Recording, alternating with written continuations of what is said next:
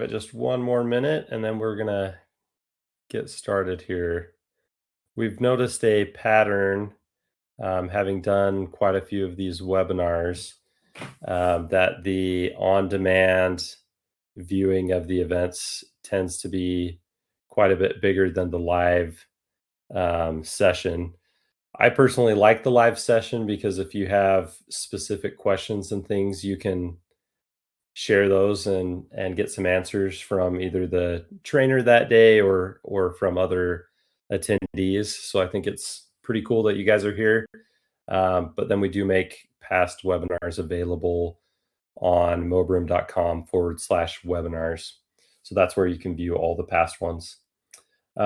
We are going to go ahead and get started. If you'd like to put in the chat where you're calling in from today, that's just kind of our get to know you component, but we'd love to see where everyone's calling in from. Feel free to put either your company or state or whatever you'd like there. I'm in Logan, Utah. I'm at my home office today, and you guys have me for training today. So I'm really excited to talk about one of my all-time favorite topics, which is how to respond to employee reviews. Just as kind of a housekeeping item, this event is eligible for SHRM PDC credit. All of our webinars are, and we've purposefully made them free. So we pay for all of the production costs, so you don't have to pay for that.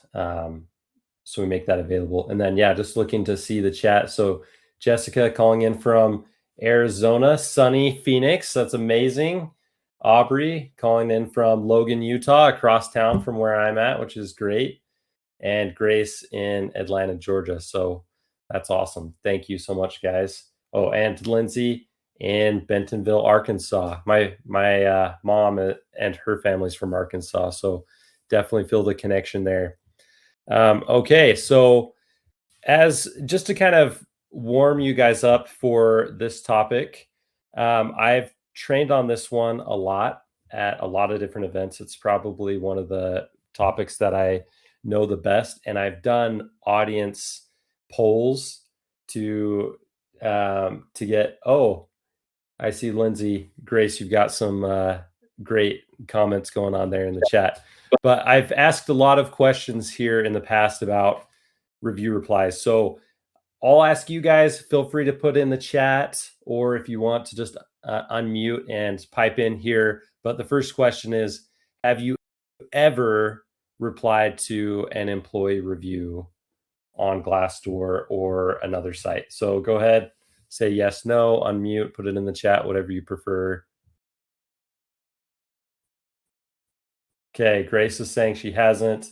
Jessica has. Lindsay, yes. Aubrey, yes. Okay, so we've got a little bit of both. A lot of the times I'm talking to people who haven't, and this is kind of their first introduction. Okay, next question. How actively does your company manage Glassdoor or other profiles? Grace is from InHerSite, which is one of the platforms that we recommend to companies to really engage on and be familiar with. So how often do you guys check your Glassdoor? Lindsay, we can do better. Jessica, fairly active. Jessica, weekly. Raj says he hasn't replied to reviews. Aubrey, every month-ish. So a little bit across the board. Okay, good to know. And then last question here. You've got the cheat percentages from a past audience, a larger audience that I did, but how familiar are you with all of these different review platforms? Are there many that you know or don't know, or whoa, I haven't heard of half of these? Most people, they know about Glassdoor and Indeed, and then it starts to trail off from there. The top 4 that we highly recommend focusing on is Glassdoor, Indeed, comparably InHerSite. Lindsay, she knows about 6 of them. Jessica, 6. Aubrey, 4. Okay, you guys are above average then. Good job. Kununu is big in the UK. There's actually another one that's not on this list called Ambition Box, which is really big in India. I'm loving the active chat today. This is fun. Okay, so then here are a couple other questions that I get quite often. What if I have very few reviews and they're above average? So I don't have anything negative to respond to. What do I do? We're going to talk about that. And what if the latest review is more than a year ago? I definitely get questions around, well, how far back do I go with review replies? If you guys have other specific questions, put them in the chat. We'll get to them. But we are going to cover these. So today's session, we're going to talk about 3 core principles: why we should respond to reviews, how to respond to reviews, and then designing your own review response program so you can be really organized and level up how your company is represented in these review responses. So to give you a little context of where this training has come from, it's basically chapter 4 of my book, The Review Cycle. So this is the more expanded step back perspective. There are 4 core things to optimizing and managing your reviews, whether it's product reviews, customer reviews, or employee reviews. It's the same 4 things. We ask for reviews, we respond to reviews, we harvest insights from reviews, and then we use reviews in marketing as a really powerful form of social proof. And that can help fuel greater interest in our offering, whether it's our company culture and we're selling, job postings, or whether we're selling an actual physical good or trying to get people into our restaurant. It's all the same basic principle of influence when it comes to this public feedback loop. So we're hyper focused on this specific stage. Responding to reviews is the element of influence we have over this phase of the cycle, this consumer behavior phase, which is engaging with UGC, user generated content. And so, yeah, we're going to dive into it. So why respond to reviews? And please jump in, like literally you can cut me off if you've got a question. I love being able to answer them as we go. Principle number 1, why we want to respond to employee reviews. It's to build trust. So this is an example, like I've literally responded to probably 2,000-3,000 reviews, like directly written replies. I've been doing this since 2014. I've got documents with pages, hundreds of pages of indexed review replies. We've actually used a lot of that data to inform how our AI works at Mobrium now. But this example right here is pretty crazy. This is a customer review of a product. They gave it 1 star and says, does not work at all, waste of money. And then we have the shopper's response, or I'll actually read the business response first because it was chronologically later. Sherry, we apologize that this particular item model didn't work for you. Can you tell us how it is being used? We're happy to help you. We can also assist you with a product return if you prefer. Email us here. Thanks, company name. And then this was before Amazon removed the ability to reply to reviews. So this is a little while ago. It's way back in 2015, but the principle is very powerful. Another shopper came on that thread of that review and said, the response to this review is what was helpful to me. The company seems very willing to back up their product, which gives me purchasing confidence. There have been multiple examples of this throughout the reviews.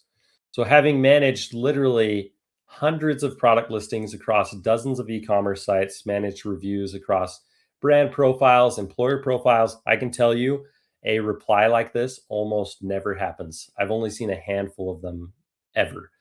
But I can tell you that the sentiment here is very common, that people see a reply, and if you have a really emotionally charged or embellished review and the company is coming on strategically responding, they're showcasing care to the individual, what that message is sending to everyone else is that you're good to work with.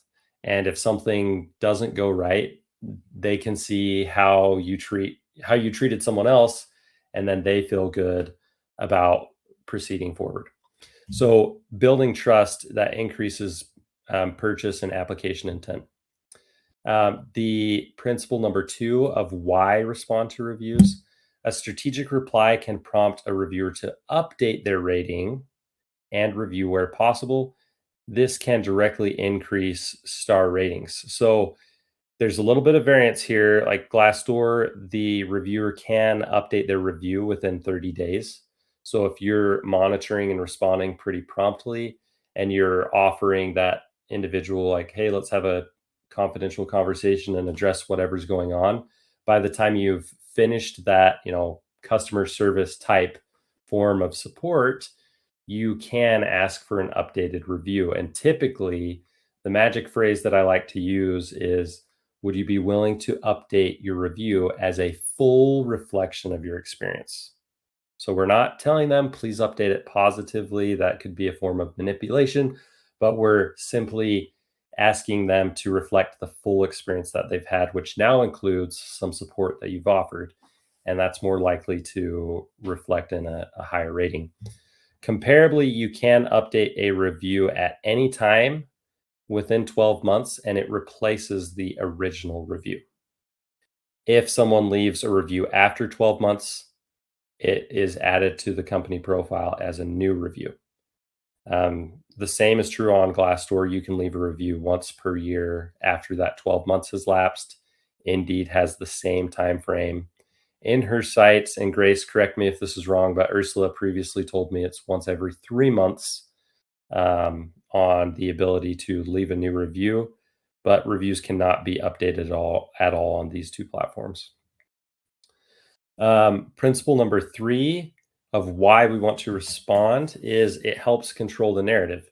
If someone's leaving a review, whether it's, usually it's a negative that we're trying to ensure there's a fair answer from our perspective. But without that public reply, there could be misinformation that is perpetuated to other people that are reading that. You can set the record straight and therefore increase your application rates. And it can be especially important to do that if there are legal considerations. Maybe someone's claiming discrimination or something, illegal activity or something like that. We would want to obviously respond to that and confirm what has or has not happened. Okay, so recap of why we want to respond to reviews. It helps us build trust. It can increase our star ratings, and it can help us control the narrative more fairly. Okay, so now we're going to talk about how, and just to cut to the chase that I know a lot of you may already be thinking about, why don't I just go to ChatGPT and copy paste a review and say, give me a reply? You can do that. It will get you, most of the way there, most of the time. In fact, I'm going to share, I'll just put it in the link real quick. On Mobrium.com, we have a free resource that you can use. Can you guys see this screen? Because I can't see what is being shared. Can you see the Mobrium website? Just let me know. Yes. Okay. Thank you, Grace. So if you just go to resources, free tools, we have an AI review responder right here. And you can actually use this for free. I think it's up to like 5 times. But you can copy and paste a review from anywhere, and it will generate a reply. Our AI has been strategically trained on all the principles that I'm going to be teaching you in this next section. So it will get you that much further.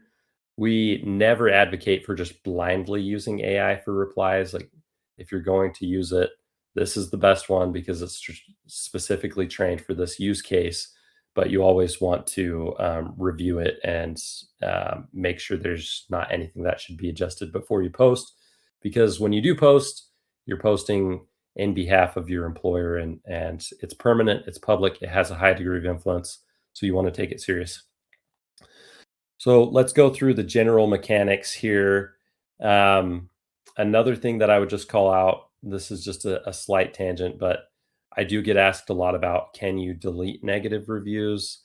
If you go Google how to delete a Glassdoor review, you will see search results of companies that offer how to do that. And they'll say things like $200, we guarantee $200 per review. We guarantee that it gets deleted or your money back. Don't do it. I did fall for one of those a lot of years ago when I was learning the space. But basically, they're just doing what you can do for yourself, and it's submitting a remoderation request to the platform. It's not worth your time to even try to do that if the review has not explicitly broken the terms of service. So you only even have a chance of review being removed if you have a high degree of confidence that it breaks the terms of service on that review platform. But we have an article on mobrium.com that literally takes you through the step by step on how to do that yourself on a per platform basis. And this is the article tile. So if you go to, I don't usually do this, but it's just helpful for you guys. I want you to have the resources to do this the right way, but just go to research and then scroll down, and it's this one right here, debunked. In fact, I can just put the link in the chat. So there's that article and the free tools. I'll just put that in there for you as well. Right there. So there's those two resources. We'll make sure those get linked for the recording. Okay. And yeah, a better approach is to just simply focus on collecting more reviews and responding to them. Okay, so who's your target audience? This is a little bit of a trick question, but when you respond to reviews, you're not actually responding to the reviewer. You're actually writing that review response to everyone else. And in my book, I talk about this little goofy story of a reviewer, Purple Fairy Fart. That's a real pen name that I've seen. It's one that has always stuck in my head just because it's kind of funny. And then you and Purple Fairy Fart are on stage having this conversation on a TV show. And it's basically like a one-way conversation. The reviewer gives this big problem about their experience, and then you give this really nice response, and then the reviewer just walks off stage and you never hear from them. And that's very reflective of the reality of responding to reviews. The environment is on stage. It's you and the reviewer. The reviewer almost never responds. A lot of platforms, they don't even have the ability to respond. So it's a one-way communication. And what you care about is your TV ratings, what the audience thinks of your reply, and you're seeking to influence them. So it's just a key principle to keep in mind when you're responding to reviews. You're actually writing to everyone else. So the next one is, which reviews do you respond to? I recently talked to a company, and they had been given guidance that you should respond to about 80% of reviews. I personally highly disagree with that. I think it's overkill. We do not want to be the helicopter parent at the teenage party, actively engaged in every single conversation that's happening between people online, but we do want to strategically show up. And there was a research study done by a couple professors at Cornell University, and they looked at the impact of frequency of responding to reviews on TripAdvisor and how that influenced booking rates or essentially their revenue. What they found is, as they responded to more reviews, their number of bookings went up, and it maxed at about 40%. So when they were responding to about 40% of their reviews, they had more than doubled their bookings. They were showcasing a high degree of care in their responses and showing that they're an attentive host and that they take care of people, essentially. But then what was interesting is they responded to more reviews, the number of bookings went down. And once they got to 80%, it was net zero. It was like nothing happened. And if they responded to more than 80, they were actually damaging their bookings. Now, I do believe it's because reviews are a form of social media, and we don't want to be overly involved as the voice of the brand. So in my book, in chapter 4, I talk about this principle that I developed called the 3 Cupid rule. We want to respond to all 3 stars or lower, all reviews that have questions in the reviews, something that we could clarify, provide additional information or context for. and then some positives dispersed throughout the reviews. And if you follow this rule of thumb, it will typically get you around the 30 to 40% mark. It's going to depend, obviously, based on the exact distribution of reviews, but this is a really good rule to follow for which reviews to reply to. The next general rule is don't copy paste. Basically, we want to customize every message. We don't want one single template and copy paste, because think about that from the reader's perspective. You're looking at this company. Should I apply to this job? You go look at the reviews, and then you sort by negatives, which a lot of people do, and you see a reply from the company every time, and it's exactly the same.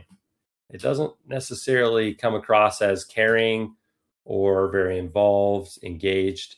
It feels like doing the bare minimum, which doesn't really reflect very well on company culture. So we really want to give personalized attention to each of those reviews, and that's with AI as well. We want to ensure that if we're using it strategically. I know there have been cases of AI misrepresenting things, and so you do have to really check that before you use it. But a customized reply, it is personal, refreshing, surprising, positive, and it really showcases very well. It increases your influence. The next general principle is we want consistent formatting. So on review sites that include the name or the title of the person, Glassdoor, for example, doesn't have a name, obviously, because it's anonymous, but it may show the title like customer service representative. So you could choose to say, hey, customer service team member, and then you proceed into a review, and then having a standardized, opening and closing, so that signature at the bottom of like, thanks company name, or thanks company name, employee experience team, and then always write in plural voice. We do not write from a singular voice or a singular person. We don't want the CEO or the HR director to sign all of these review replies, because it incorrectly assigns meaning to the person instead of the brand, or credit to the brand. So when that HR director leaves and a new person is responding to those reviews with their name, we've introduced a comparison. And we don't want to do that. Like, I think about myself when I go get ice cream at the ice cream shop. I now only get one flavor at a time, because if I get two flavors, I'm always comparatively dissatisfied with one, because one flavor, hits better that day for some reason. And so I'm happy with 50% of what I purchased. The same type of principle applies to these reviews, where someone may see, oh, well, the previous HR director really cared, but the new one doesn't as much. Or, man, when I respond, or when I share a review, I hope the CEO replies to mine. But then when they don't, they're like, well, am I not as important? They responded to that other review I saw, but not mine. We want to give all of the credit to the company name, and that helps avoid all of those negative comparisons that could be introduced otherwise. Mirror messaging. Okay, so now we're getting a little bit into some strategy. Any questions? I'm going to keep going, but just any questions that have popped up, just feel free to either unmute or put it in the chat, and I'll jump on those as we go. But now we're getting a little bit more into the strategy component. So mirror messaging is about how we word a reply. So I'll go through this example. Here's the review. I hate this company. My manager is too uptight, and the benefits are stingy compared to where I've worked before. So they mentioned two specific negative things. We want to show that we've heard what they said, and so we're going to mirror those specific things. And Jessica, yes, we will share the recording of this training after. Everyone will get an email by Friday that will have the full recording and the link to claim your SHRM PDCs. Okay, so here's a good reply. We apologize. You feel your manager is too uptight. Although all managers participate in people leader trainings aligned with our company values, all of us are human. If you feel your manager is acting inappropriately in some way, make a confidential report to HR for investigation. Know that our benefits are benchmarked against other companies our size and in our industry to ensure fairness and care for our team members. So we've mirrored those claims, we've provided context and information that can help our target audience, which is everyone else, see the good side of these topics as much as possible, and that we're taking ownership of a claim that may be negative. So that's mirror messaging. The next is the strategic use of passive and active voice. So when something is bad, we don't want to make the reviewer look like the bad guy. We're not saying, hey, you did this wrong, it's your fault, right? Because what does that showcase? That we're jerks. We don't want to do that. So we use passive voice for problems and active voice for solutions. So here's the examples here. So bad would be, you left work without approval and are now being fired. It's all your fault. Congratulations. Better would be, leaving work without approval caused you to lose your job. It's not quite as intense, but the best would be just using a journalistic tone of, this happened, instead of, you did this bad thing. Unapproved absences during critical shifts can be cause for termination. See how that feels like we're not pointing a finger? It's just saying, this is related to this. And then when something's good, we want to connect ourselves to it. We want to attach ourselves to the goodness and take ownership as much as possible. So here's the progression there. It's unlikely, but your absence might be an exception. Talk to your manager for assistance. So that's very much just pushing it off on them.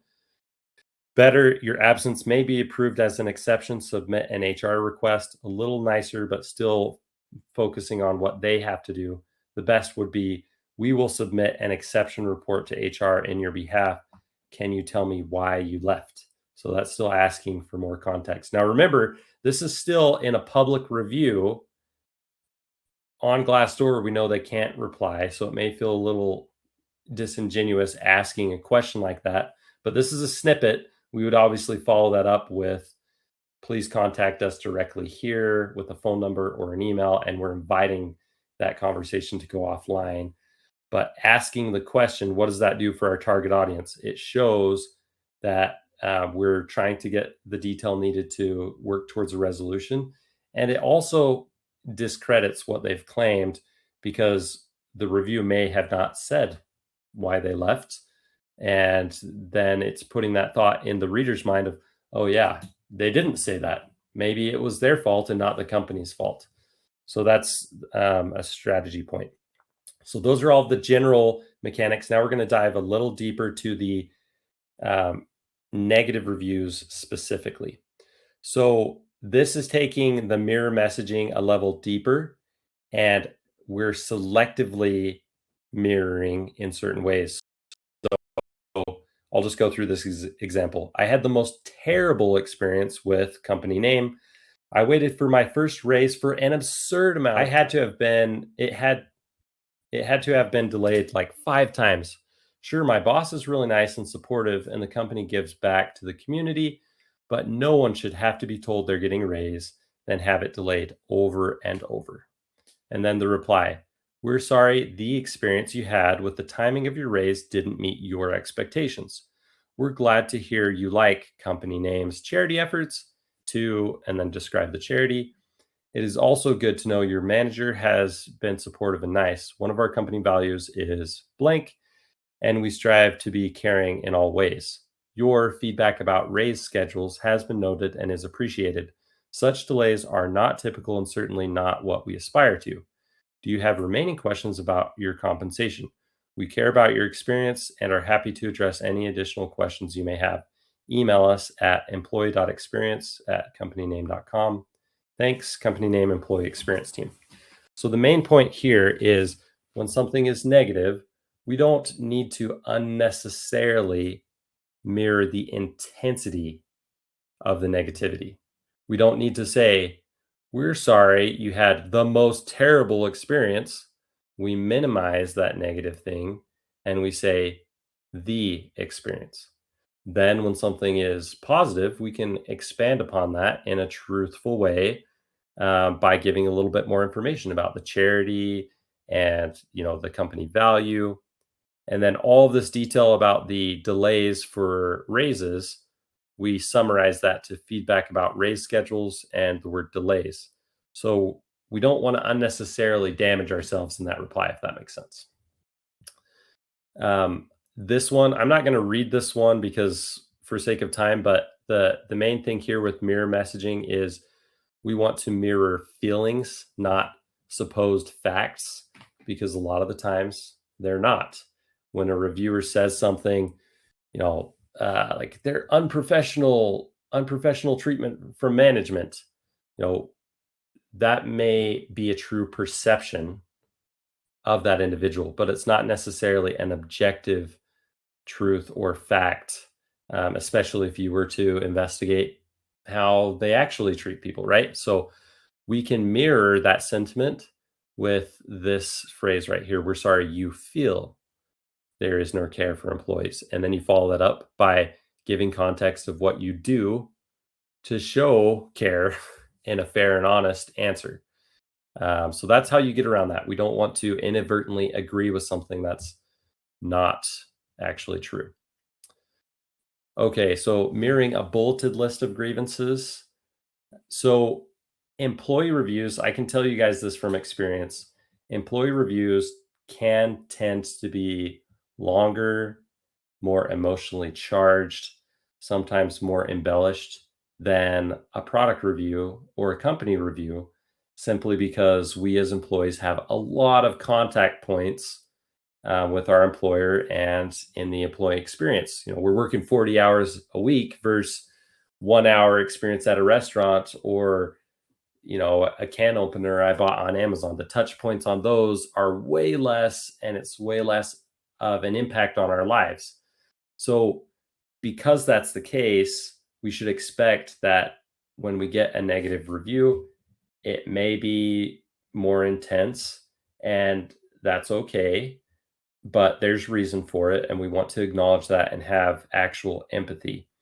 So if we get one of these really intense reviews, there's two ways that we can address it, especially if it's like a list of grievances. One would be a general acknowledgement, where we're basically thanking them for their time, letting them know that we can't go through everything in this reply, but if they email us here, we would love to take care of them. At Mobrium, we have an anonymous suggestion box that's encrypted. So a lot of our clients, instead of listing an email, they'll say, contact us via our encrypted anonymous suggestion box, because some people may not feel comfortable, emailing you, because then the anonymity piece goes away, right? So it just depends on how you want to address that. But typically you want to standardize that form of contact that you give, whether it's an email, a phone number, or referencing your suggestion box.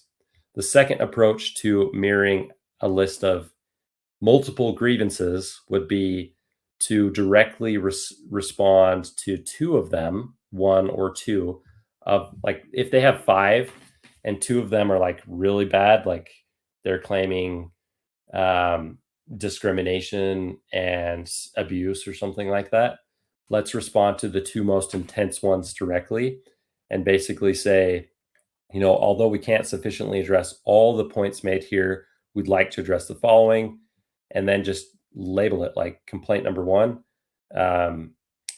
management's not kind. And then you give a response to that topic, and then you say discrimination, and then you respond to that. And then you have kind of a general wrap up at the end that says, we care about you.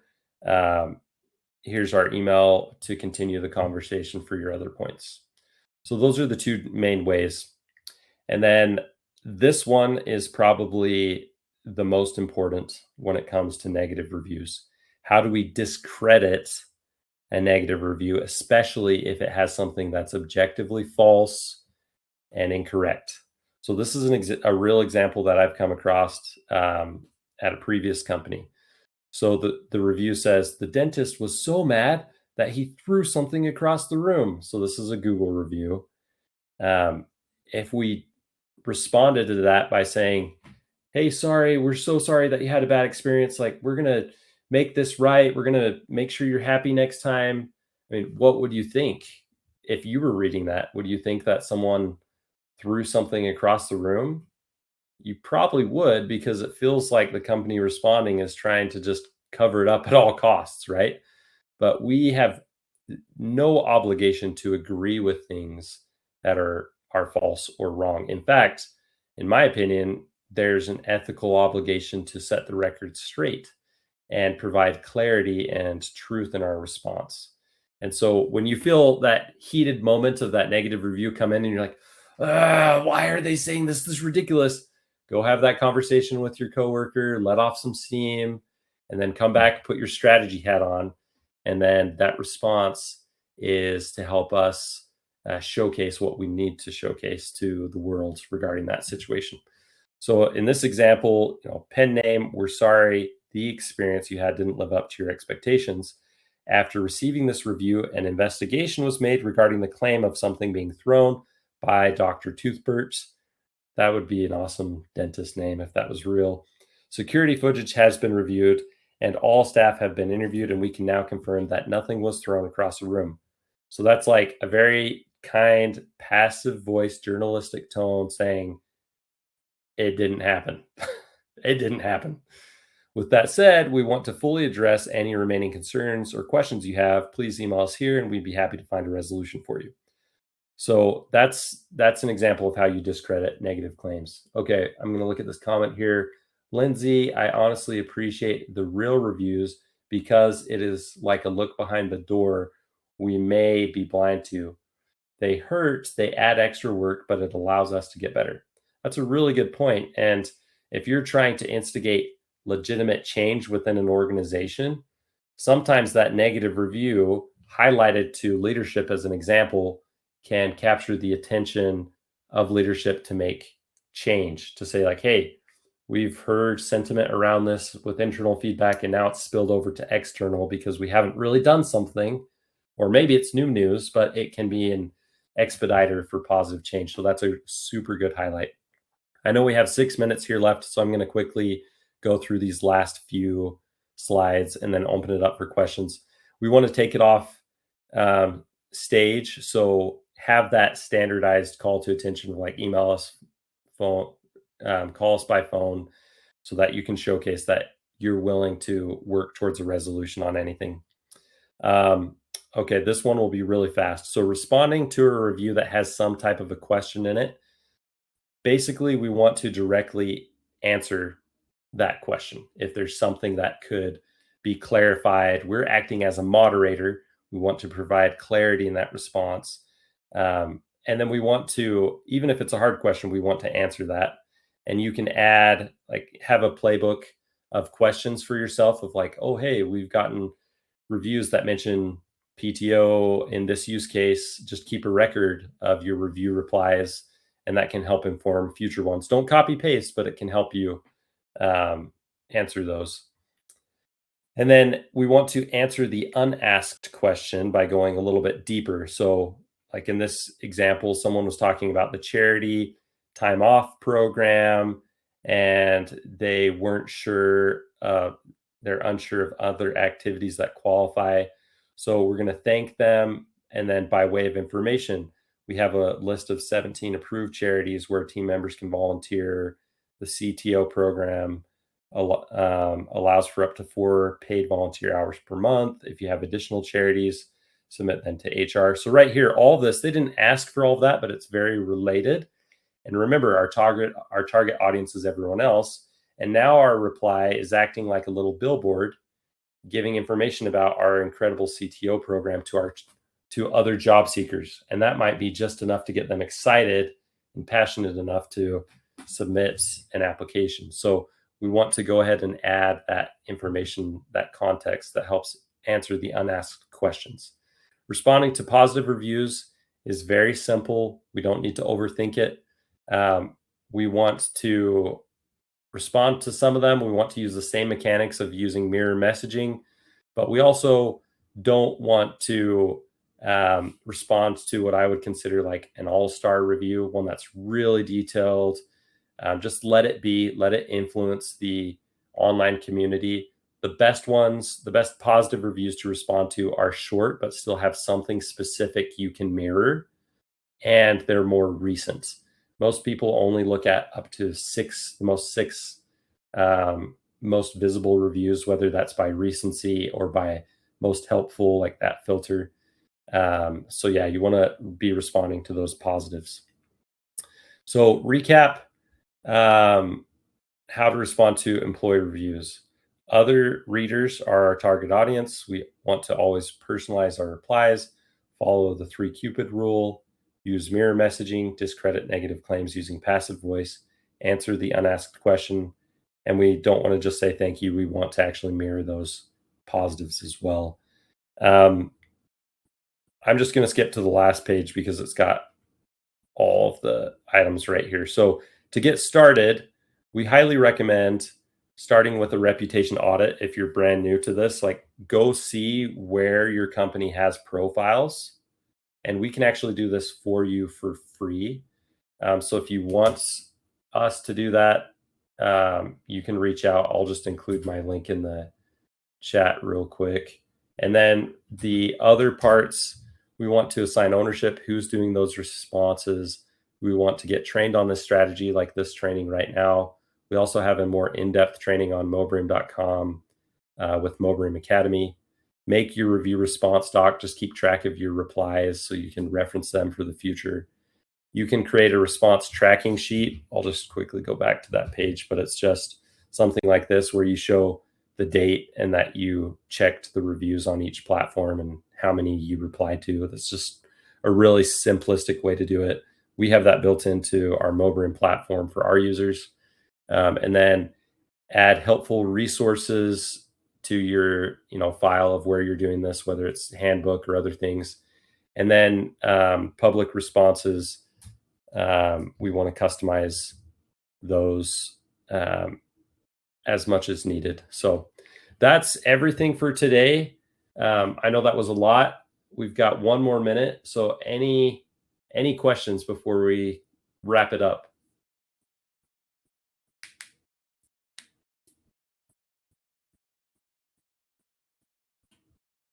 Good. Okay. Grace, this was great as always. Thank you, Matt. Thanks, Grace, for being here. Thank you, everyone, for coming. It really means a lot.